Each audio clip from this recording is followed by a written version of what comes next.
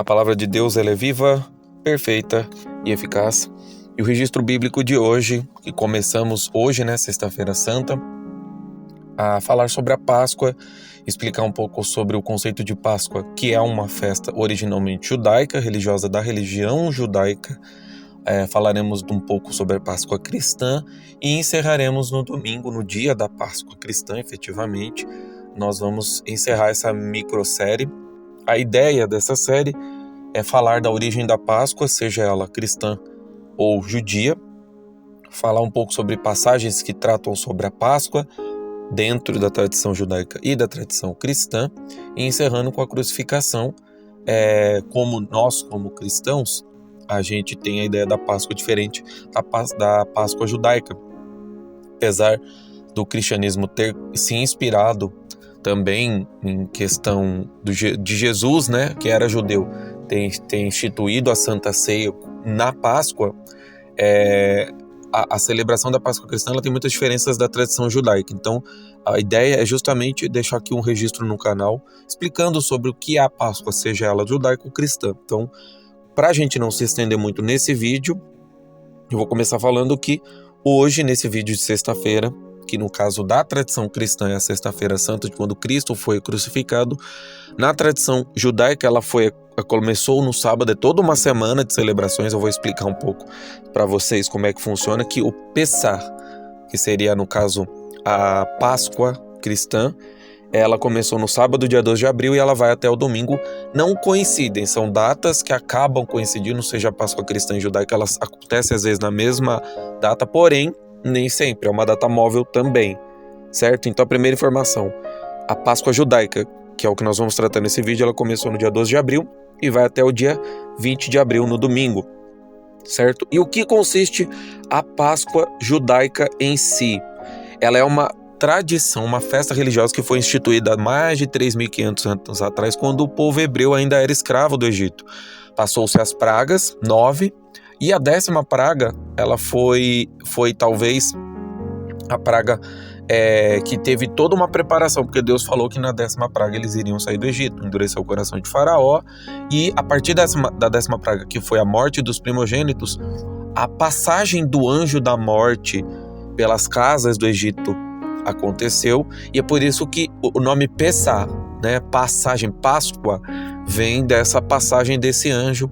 Foi uma comemoração toda ritualística para a passagem desse anjo, que consistia em sacrificar um cordeiro para eles comerem, e esse sangue seria passado nos umbrais das portas como um sinal para que o anjo da morte não matasse o primogênito daquela casa.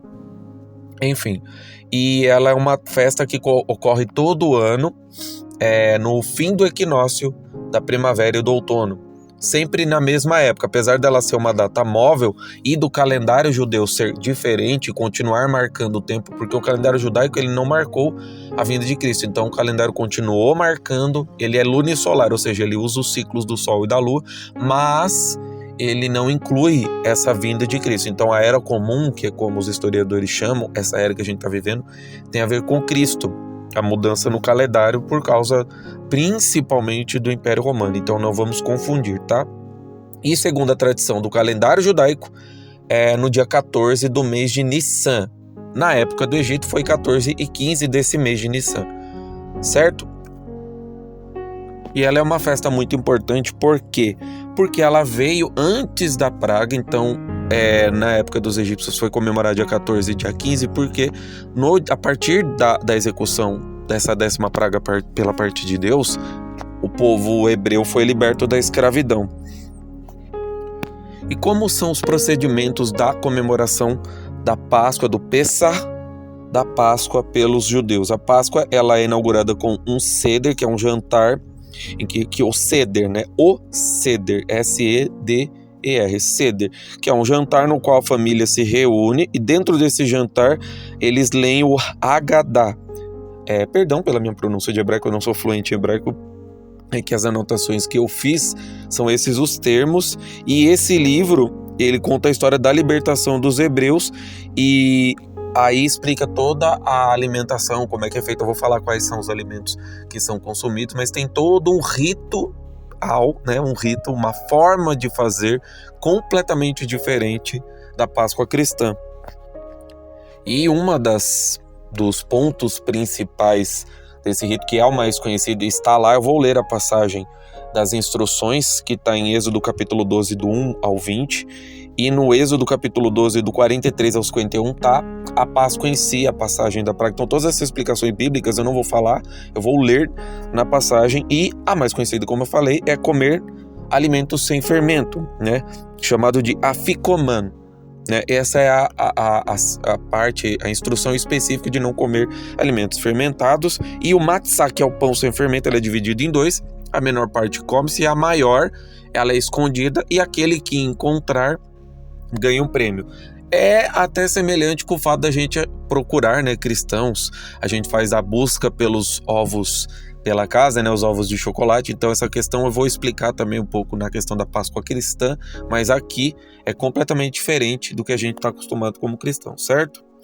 E por fim, os alimentos. Antes de ler a passagem, eu vou falar aqui os alimentos e o que cada um significa. O matzá, que é o pão sem fermento, ele, na tradição hebraica, os judeus, quando foram autorizados a saírem do Egito, não conseguiram esperar o pão fermentar, e por isso ele é feito de uma massa bem fina. Então, pela questão da produção do pão, como eles foram expulsos do Egito, né, querendo ou não, foram colocados para fora, às pressas, então eles comeram um pão sem fermento, por isso a representação. O vinho, que é especial nessa época, não é fermentado, são servidos 4 taças de vinho durante o seder. Então o vinho tem a ver, aqui não explicou nas pesquisas que eu fiz, mas o vinho, ele muito provavelmente, ele é uma bebida sagrada e representa o sangue que foi passado nos umbrais. Tanto é que o vinho na Santa Ceia, né, nós cristãos, protestantes e também no cristianismo católico, usa o vinho como a representação do sangue.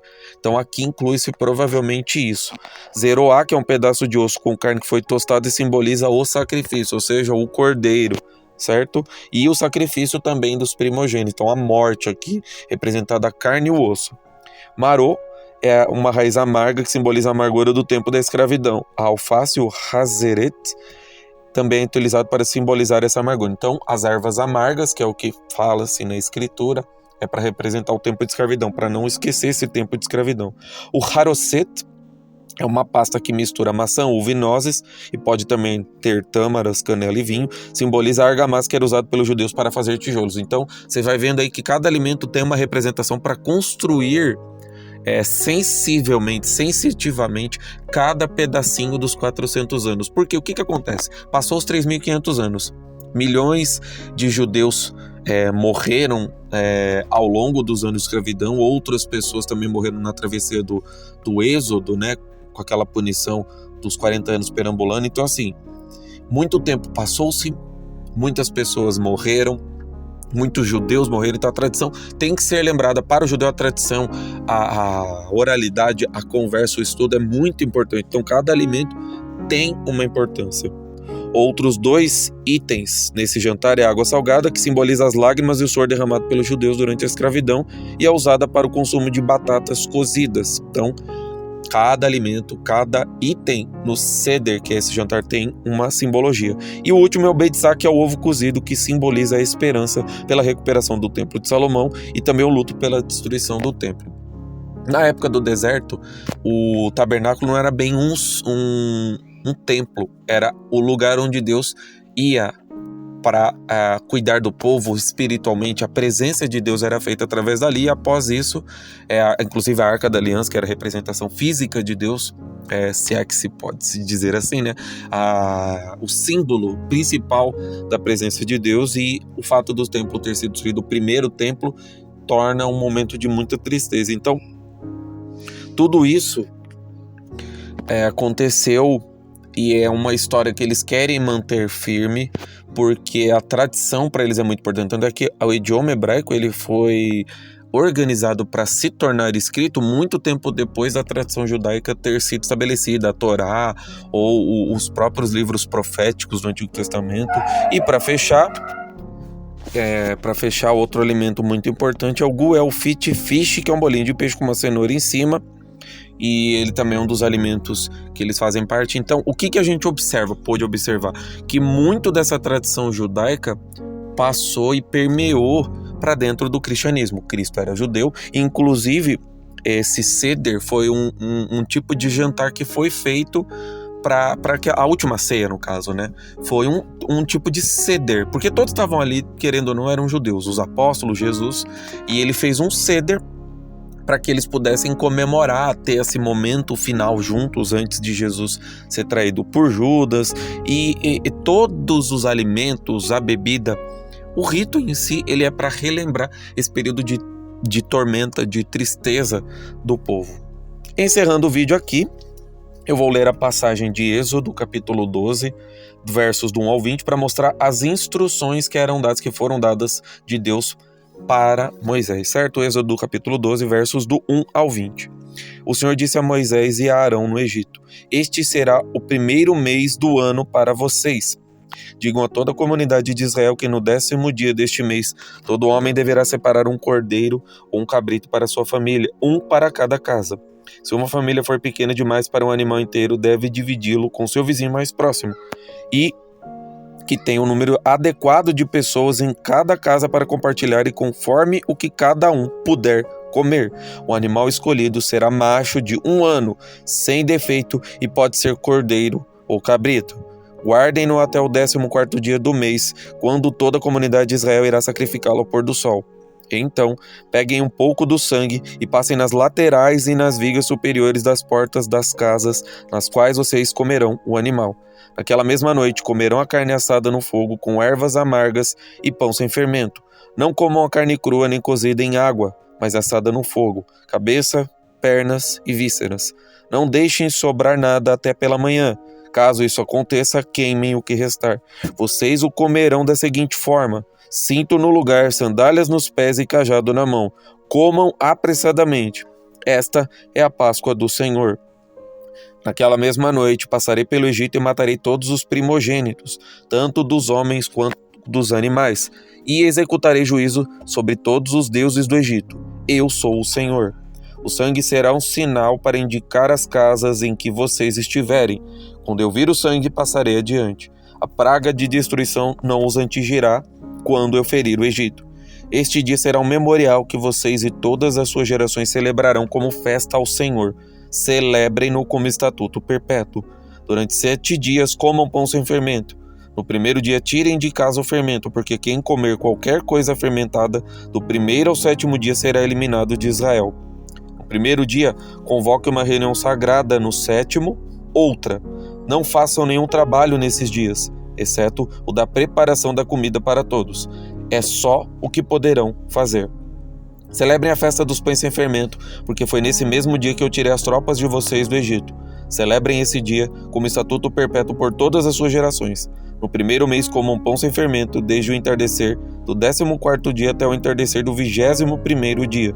Durante 7 dias vocês não deverão ter fermento em casa, pois quem comer qualquer coisa fermentada será eliminado da comunidade de Israel, seja estrangeiro, seja nativo. Não comam nada fermentado, onde quer que morarem, comam apenas pão sem fermento. Então essa passagem é a instrução, e o que eu percebi?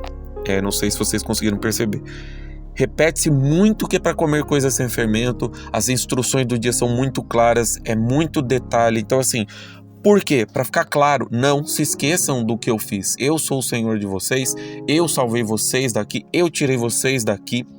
E cada parte do seder, que é o jantar, representa justamente essas instruções. Então aqui ficou muito claro. E a 10ª praga, a partir do 21, começa a falar da 10ª praga dentro do capítulo 12, e a gente vai lá para o 43, versículo 43, que é as leis sobre a participação da Páscoa. Então vamos lá. Verso 43 a 51. E o Senhor disse a Moisés e a Arão: Este é o estatuto da Páscoa, nenhum estrangeiro poderá comê-la. O escravo comprado poderá comer da Páscoa depois de ser circuncidado, mas o residente temporário e o trabalhador contratado não comerão dela. Vocês a comerão em uma só casa, não levem nenhum pedaço de carne para fora da casa, nem quebre osso algum dela. Toda a comunidade de Israel terá de celebrar a Páscoa. Qualquer estrangeiro residente entre vocês que quiser celebrar a Páscoa do Senhor terá de circuncidar todos os do sexo masculino da sua família. Então poderá participar como nativo. Nenhum incircunciso poderá participar da Páscoa. A mesma lei se aplicará ao nativo e ao estrangeiro residente. Todos os israelitas fizeram exatamente como o Senhor tinha ordenado a Moisés e a Arão. No mesmo dia, o Senhor tirou os israelitas do Egito, organizados segundo as suas divisões militares. Então você percebe também que na Santa Ceia, ou seja, só pode consumir a Santa Ceia, no caso dos católicos e dos protestantes, quem foi batizado. O batismo foi a assinatura de aliança de nós com Deus, tá? Nos judeus, no caso do judaísmo, é a circuncisão, o sinal da aliança. O nosso sinal de aliança é a partir do que Cristo deixou. Para a gente poder participar desse jantar, dessa ceia, nós devemos fazer o batismo, certo? Espero que tenha ficado claro. Os vídeos estão mais informativos e acabam se alongando um pouco mais, mas esses vídeos especiais, que não são das análises, das reflexões, acabam se tornando um pouco mais longos, porque todo ano nós temos tanto a Pessach, que é a Páscoa judaica, quanto a Páscoa cristã. Então eu acho que fica importante deixar esse registro a respeito da Páscoa aqui no canal, tá bom? Deus abençoe a todos, vamos desfrutar dessa Páscoa com a nossa família, seja você judeu ou cristão, e que Deus nos abençoe, e em nome do Senhor Jesus Cristo. Muito obrigado, viu?